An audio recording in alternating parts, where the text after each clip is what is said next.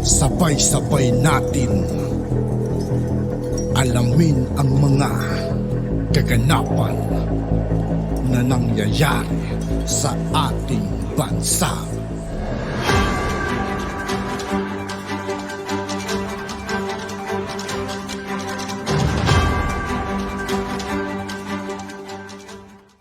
Yo, what's up mga kaibigan? This is I2K po again.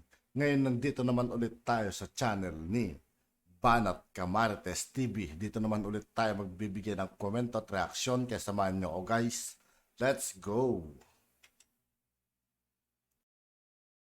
Para sa Kapos ang Kita Program or AKAP. Alam nyo ba, nakakaiba itong programang ito kasi ito yung kauna-unahang pagkakataon na di umano ay dapat ipamimigay ng DSWD para doon sa mga konti nga ang kita dahil nga po sa inflation o yung mabilis na pagtaas ng presyo ng bilihin. Napakalaki pong halaga ito, 26.7 billion pesos.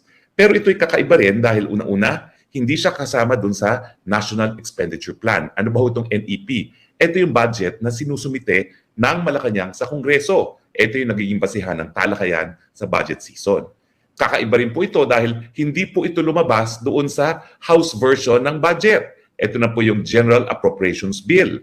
Hindi rin po ito lumabas doon sa General Appropriation Bill na inaprubahan ng Senado. Hindi rin ito lumabas doon sa final na na-ratify ng parehong kapulungan ng Kongreso.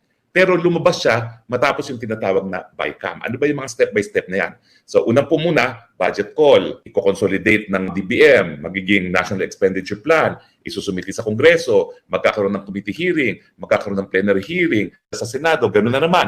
Committee hearing, plenary, tapos aprobahan. Tapos nagkakaroon ng BICAM. Nangyayari ang karamihan ng mga kaduda-dudang tinatawag na insertions. Singit.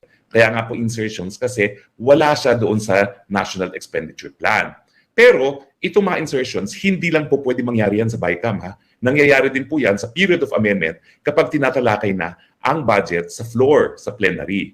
Ako po talaga dati, ako'y kongresista, napansin ko na meron talagang pork barrel ang sekretary ng DPWH na talagang ginagamit niya yan para pamigay sa mga congressman at senador pag humingi ng projects. Inisa-isa ko yan, kaya pinatahimik nila ako. Kapag yan naman po ay nagkaroon ng institutional amendment na tinatawag, ibig sabihin, yung isang departamento ay humingi ng mas malaking pondo at yung isa namang departamento ay pumapayag na bawasan sila, wala pong problema dyan. Pero ang problema talaga dyan sa period of amendment na yan, yung mga individual amendment, dyan po pumapasok yung mga personal interest ng mga kongresista at pati na rin mga senador. Kung maski hindi na pag-aaralan ng proyekto dahil hindi dumaan sa budget call, hindi dumaan sa regional development councils, yun po yung mga pinagdadaanan bago gumawa ng budget ang DBM, naisisingit. Pero ang malupit po dito sa bicameral conference, unang-una, hindi po yan nakaka-participate ang buong kongreso. 12-12 lang po yan galing sa Kamara at 12 galing sa Senado. Pangalawa, yan po yung executive session. Wala po yan transcripts at walang po pwedeng kahit sino na nasa loob ng BICAM room kung hindi ang mga miyembro lamang ng bicameral committee ng parehong kapulungan ng Kongreso. At pangatlo, wala rin yang transcript. So hindi mo alam kung ano nangyari. So dyan po talaga, pag nagkaroon ng insertions, hindi mo malalaman minsan talaga na nangyari yan. Now, anong malupit dito sa akat na ito? Hindi alam ng Senado. Ibig sabihin, naisingit yan na wala man lang diskusyon sa BICAM. Now, paano nangyari yun? Well, unang-una, obviously, sa crime po ng falsification, kung sino nakinabang, siya yung suspect na responsible sa forgery. Pero sa insertion sa budget, ganun din.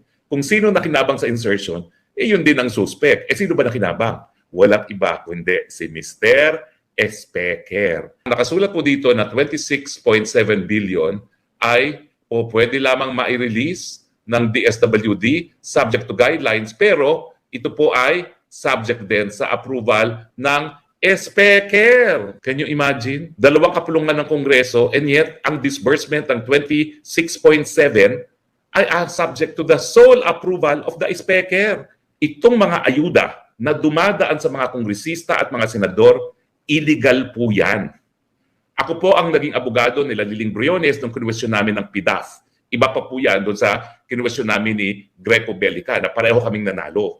Ang sabi ng Korte Suprema pagdating doon sa PDAF, illegal ang kahit anong project identification matapos maipasa ng Kongreso ang budget. Ibig sabihin, hindi po pwede na ang mga kongresista ay nagpa-participate sa implementation ng project. Ang trabaho nila, yung bumuo ng pulisiya kung saan gagastusin ang mga budget. Kaya nga kapag sila ay nag-identify ng mga projects matapos maipasa ang isang project, yan ay illegal.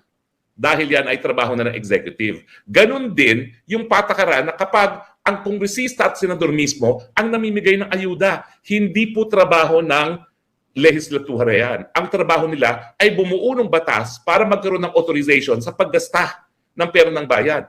Pero hindi po dapat sila mismong namimigay. Yan po ay trabaho ng DSWD.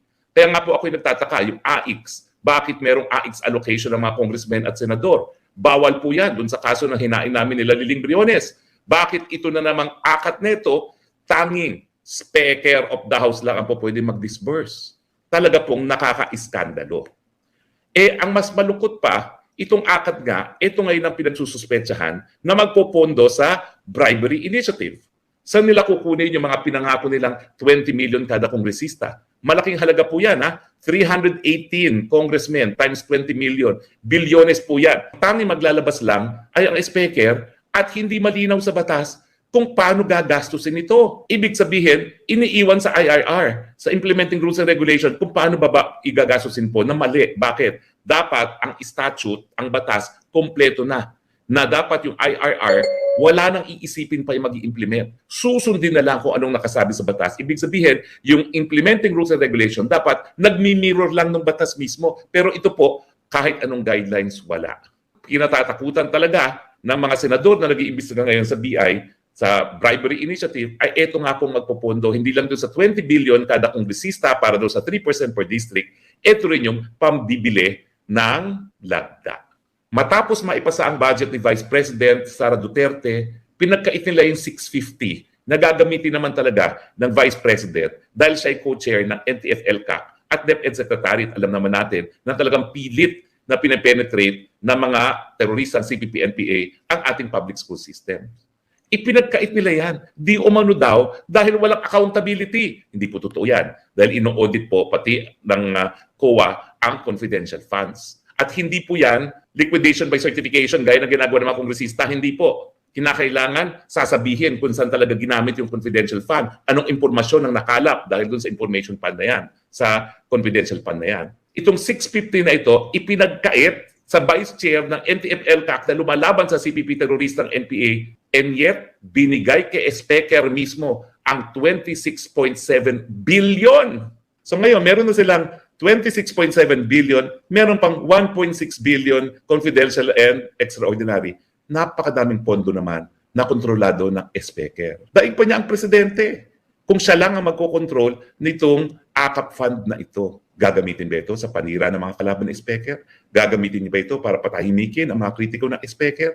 Gagamitin ba ito para bilhin ang loyalty ng mga kongresista at ng mga mayors para pagdating na 2028? Alam nila kung sino ikakampanya. Nandito sa SMNI, nung tinanggalan ng confidential fund si Sara, dyan po nagalit ang Presidente Rodrigo Duterte at tinawag ng Kongreso ang pinakakurap sa lahat ng institusyon, dahilan ngayon para gumalaw ang Kamara in defense of Speaker Romualdez at yun nga po, nagpasa sila ng resolusyon para i-revoke ang prangkisa ng SMNI na naging basehan naman ngayon ng National Telecommunications Commission para indefinitely suspend ang prangkisa ng SMNI.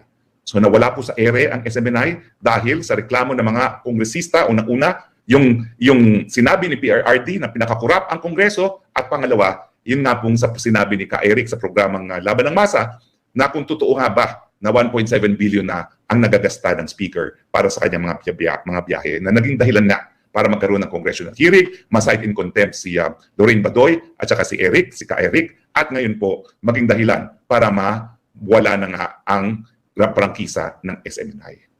Kung isusuma total natin ang mga nalalaman natin kay Pastor Kibuloy, alam natin ang mga sumusunod.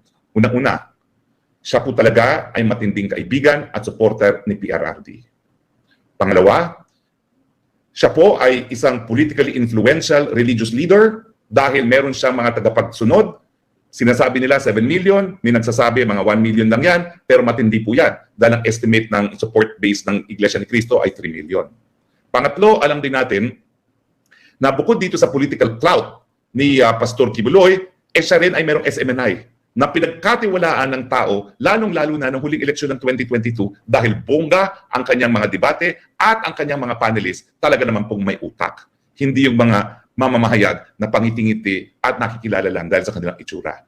Utak at tunay na mga tanong ang tinanong sa mga kandidato. Ngayon, alam din naman natin na ang Presidente Duterte kinilala ng marami dahil nga sa kanyang independenteng foreign policy. Kaibigan ng lahat at hindi po siya kalaban ng kahit sino man. Pero yan po ay naging dahilan para itaguyod niya ang soberenya ng mga Pilipinas at sabihin sa mga Amerikano, hindi nyo kami po pwedeng diktahan.